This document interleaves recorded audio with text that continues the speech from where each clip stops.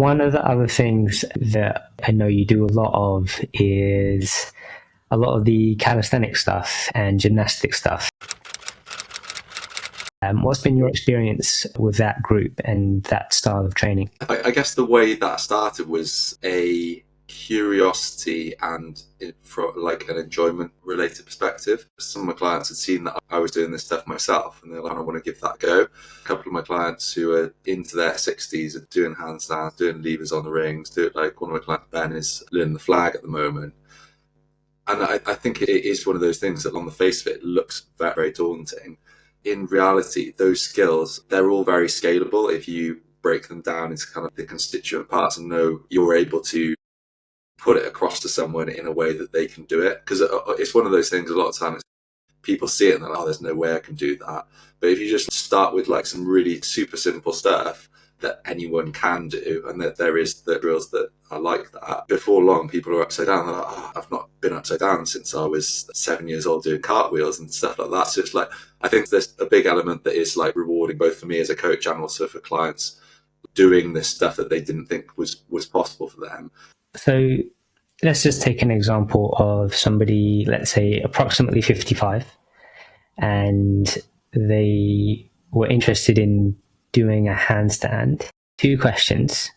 1, what would be an estimated timeline for them to go from 0 to handstand? And 2, where would they start? So in terms of timeline, really, really, really hard to say. Because I think that there's so many things to kind of take into consideration. Firstly, just how generally athletic they are. Like people that have played sport in the past, people that have done a good bit of training in the past, that sort of thing. Some people will pick up skills a lot quicker than other people, and that's something you don't know until you start trying to do something like that. And handstands, as an example, are very skill heavy. There is obviously like a strength element, but it's like a big part of it is like skill and coordination. So that there's that kind of background piece and like the just individual differences between people. There's also, is there any kind of mobility issues that would potentially have to work on as you go through that process? And then also like how often are they willing to train it and how good is that training going to be? For a lot of people, doing a little bit with a higher frequency is going to be the best way to do it, because it is very sort of skill and coordination dominant. As soon as you start to fatigue, most drills you probably won't get the most out of because you're not fresh when you're doing them. Whereas some other skills that maybe are a little bit more strength related or that sort of thing might be a little bit easier to do when you're learn practice when you are fatigued. There's all of those things to consider. So it's really impossible to say how long it will take someone to go from not having done that to being able to do like a freestanding 10-second handstand, for example. And in terms of quality of the practice as well, there's a lot of people who practice handstands, but there's 2 kinds. There's people that practice handstands because they want to be able to do a 10-second handstand, and there's people that practice handstands because they enjoy the process of it. And obviously you would still, like for those people, you'd still want to see progression, but probably people that just like enjoy it aren't going to be quite as sort of intentional about that practice. I'm definitely in the latter. And I've got no real massive attachment to actually doing it. I'm sure I will get better at it as I go along. Yeah. But it could be another 7 years of me mucking about, and I'm happy to keep going.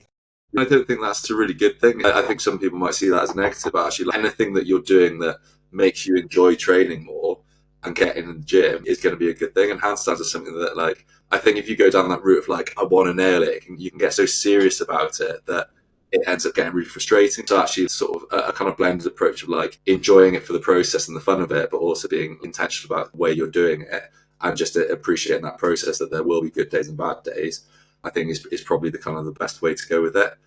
Looking again at that sort of continuum of progression in terms of where somebody could start from 0, and then what do they then start to look at in terms of building up and moving forward? How do you take somebody through that journey? So firstly, like loading the wrists and the shoulders in an overhead position is something that like some people will potentially have issues with to start with if they've not done that for a while.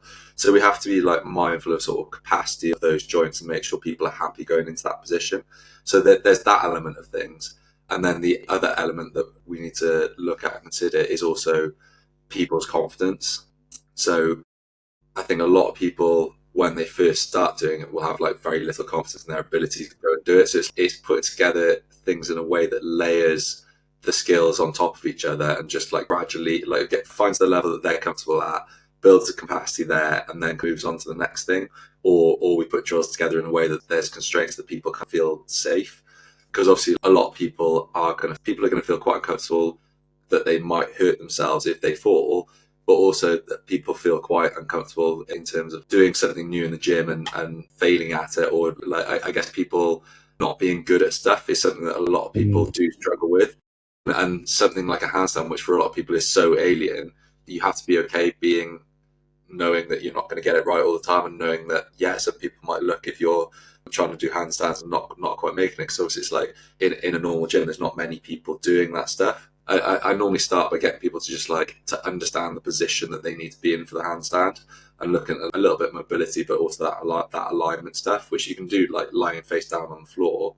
And actually, a lot of people, they think, oh, it's just lying on the floor, but if you're active in that position, can actually be really quite hard. It's a hard position to hold, and then slowly building that to like maybe 45 degrees off the wall, so they've got some load on their shoulders, but they've not got all of the load on their shoulders, and then just building it from there as that confidence scales. And then the other element that I look at is the skill of the kick up, and starting with some really simple stuff like just some different crawling patterns, which get people used to being on their hands. You start to load the wrist, you start to load the shoulders a little bit. Pretty much anyone can do those things to some degree. So that's like a good place to start. And then as people get a bit more confident, you start to take a bit more weight onto the hands. It might be like jump from one side to the other and keep that load on the hands, and then start to build into some kick up drills in a way that people feel confident that they're not going to go over. And then the last piece of that is just making sure that there's a provision if people are going to bail out, that they can kind of do that safely as well. Because a little bit later down that journey, people are often held back by the fear of kicking up and going over, so they never fully kick up into the handstand fully. So if practicing falling out of that safely can be a really nice way to overcome that. It's just finding that point that someone's at, finding what the limiters are, whether that's a confidence thing, whether that's a mobility thing, what that is, and then tailoring those drills around that is the best way to do it. I think it's a really impactful journey, the handstand. I actually have a number of clients that I work with in a very similar way, where it wasn't their intention. That's not what they've come to me for. It's just something I'm kind of doing and mucking about with. And I've been training them for a while, and we've ticked a number of boxes, and it's like a nice, alternative variation that they've now been able to like start enjoying themselves and getting into that process. Looking at the checklist that you sort of ran through there, where, starting on the floor, working at getting more sort of cognizant of the handstand position whilst on the floor, then going into the sort of 45-degree wall stand, then also working with crawls to get more movement through the hands, and then also looking to start shifting the weight side to side. All of those are literally designed for that purpose of getting more awareness, getting more brain to body connection. And even for myself, I'm still gaining more body awareness through my own handstand journey. And every time I'm up there, compared to a couple of years ago, I've got a much better sense of what position my body's in, how far over my wrists I am, how much weight is going through my shoulders, what my hip position is, where my rib cage is, even to the sense of I wouldn't have even been able to pick up what my legs were doing at a certain point. And now I've got much better control of that. Just even, pointing your toes, and you're like, it didn't even occur to you that you're not pointing your toes. How much are you using your hands and gripping the floor and using your fingertips? And so you're encouraged to think about all these different parts of your body that in your day-to-day, you don't really have to think about. They're just kind of there doing their job. I like the handstand journey quite a lot for that purpose of it just creates a lot more body awareness. I want to go to something that I've struggled with clients, especially the ones that are 50 plus. And so I've had a few where we've gotten into the actual freestanding handstand, and I can spot them. They can kick up into that position, 35 to 45 year range. Now, when I start getting into 45 plus, these guys are very resistant to kick up even onto the wall. And I can see that they can do it, but there's like this mental block. And there's like one guy, I think, by the time we got there, he was 60, but we started around 57, I think. And it took him ages to finally allow himself to kick up onto the wall.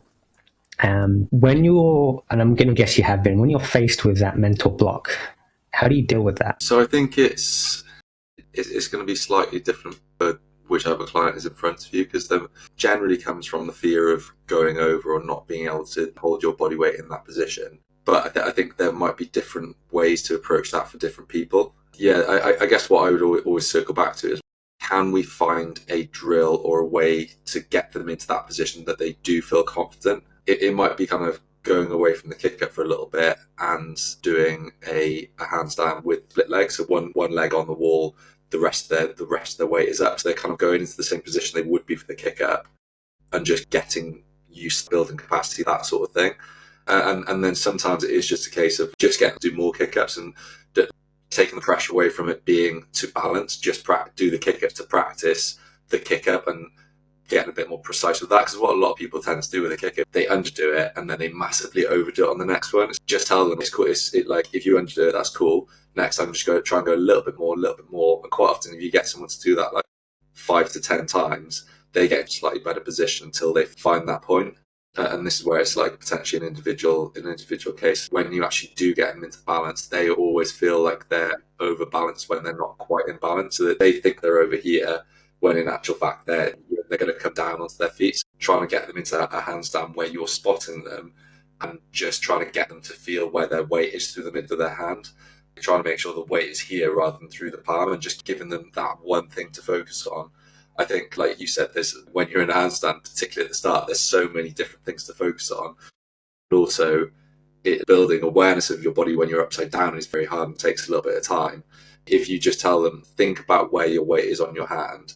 If you're holding them there for long enough and they're able to, like, they've got the capacity in the shoulders to hold it for long enough, a lot of the time they'll be like, I feel my weight is right back here. And then you just like slowly try and get them to move it up a little bit until they get to that balance point. And then once they've hit that, they get it. They're like, okay, this is what this feels like. Then the kind of barrier of going into the kick ups, it seems a little bit less, because they know they need to kick up a little bit more than what they thought they did. Does that make sense? Yeah, no, it is. I think if I was to try and summarize it in short, try to get into the position without getting into the position. Basically.